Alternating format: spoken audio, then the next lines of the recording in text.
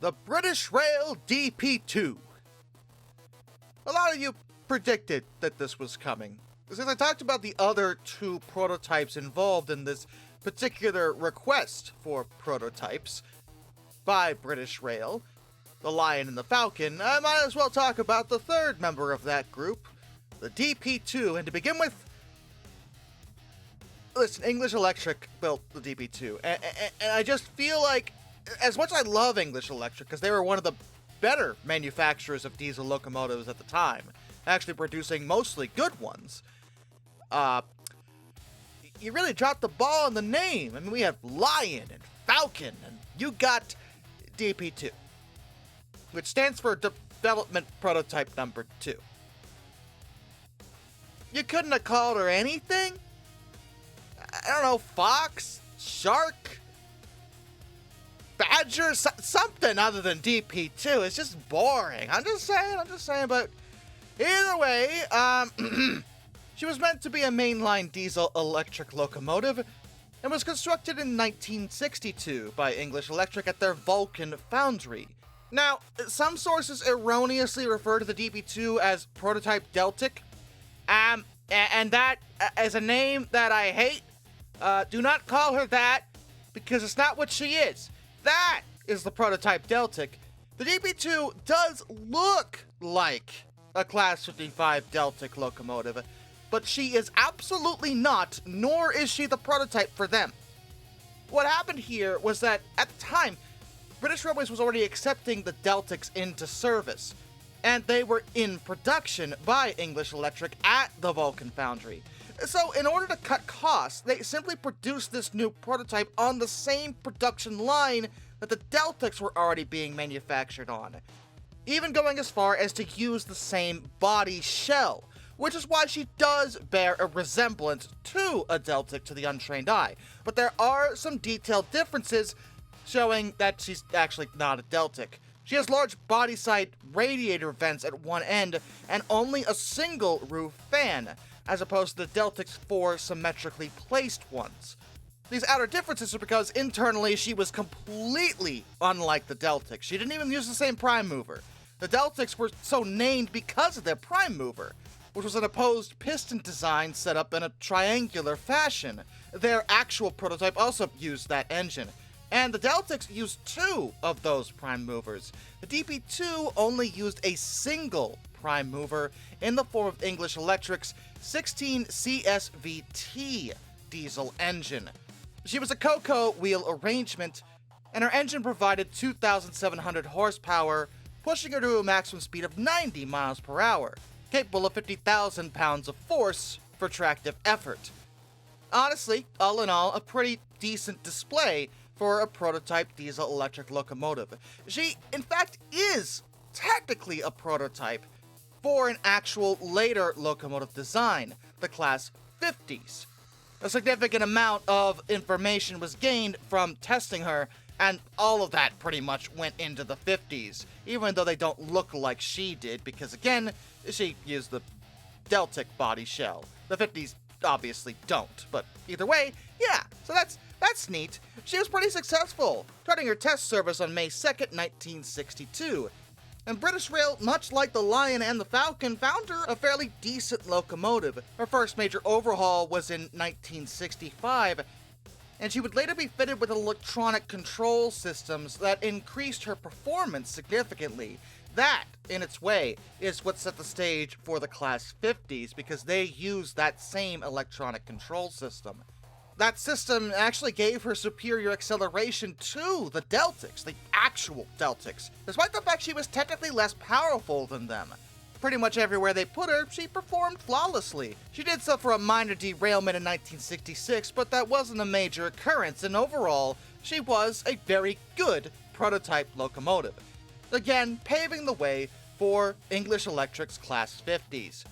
And they likely would have kept her around, probably until the 1970s, when she would have almost certainly been considered non-standard, because she was a one-off, though in her case maybe they would have kept her longer because she only had one prime mover? Hard to say, but either way, she didn't make it to the 70s because, well, the line was sent back to the manufacturer and scrapped. The Falcon made it to the 70s, but was non-standard and scrapped. The DP2 didn't make it to the 70s because she, sadly, suffered a very serious accident.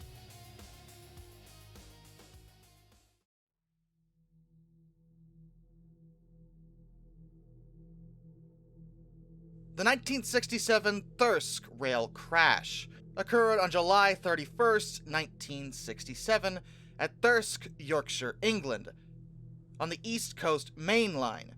The DP2 was pulling the 12 o'clock 1A26 express train from King's Cross to Edinburgh and Aberdeen. And on her end, everything was fine. She was performing appropriately, the train was running, she was going at speed, but unbeknownst to her and her crew, up ahead, well, there was a cement train. That train was traveling on the down slow line at about 45 miles per hour, which was the maximum speed permitted at the time for trains conveying loaded wagons of cement. While it was going along, the rear axle of the 12th wagon of the train derailed, and the crew didn't realize there was a problem at first. As they continued going forward, the derailed wheels moved further towards the cess, smashing the timber sleepers on the track. It traveled about 170 yards, 155 meters, before the coupling between the 11th and 12th wagons fractured and the vacuum hose pipe disconnected.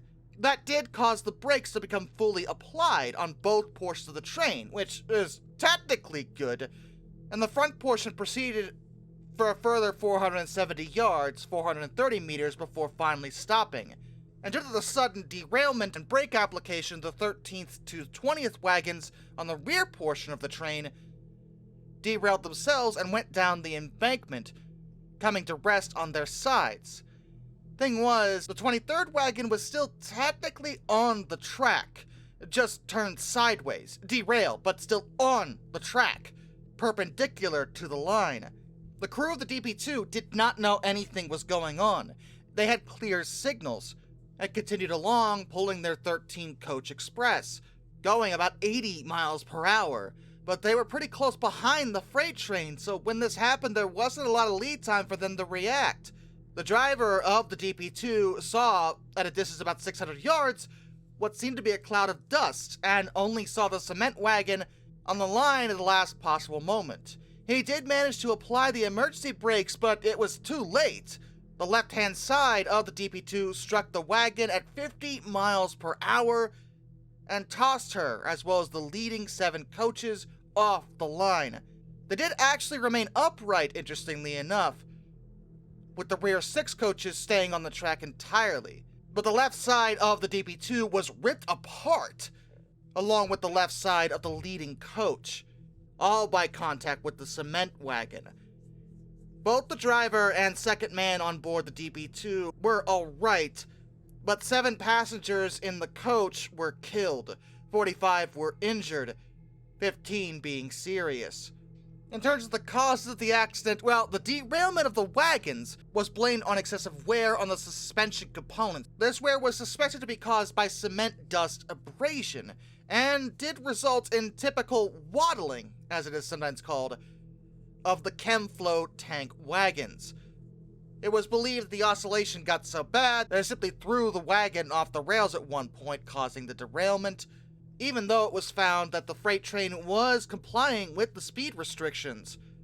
In the end, pretty much all of the blame was put on the freight train, as the DP2 and her crew had done nothing wrong, but it did seal her, as well as 7 of her passengers' fates. She was declared damaged beyond repair. She was utterly destroyed, and she was officially withdrawn in September of 1967 and sent back to where she was born, Vulcan Foundry, where she'd be dismantled in 1968. But in a way, she did live on. Not only in the Class 50s, because they were significantly based on her, but some of her reusable components even went into a few members of the class. Her engine, for example, went to D417, or 50017 when she was renumbered, Royal Oak, and then that engine was again moved over to a different Class 50, D437, or 50037, Illustrious, until it in itself was uneconomic to repair. So, hey, yeah, she's gone.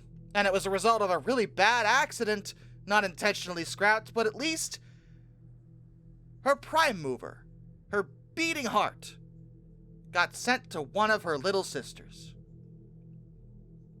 And that's kind of sweet. You know, in some way. Till next time, this is Darkness, and I bid you all a fond farewell.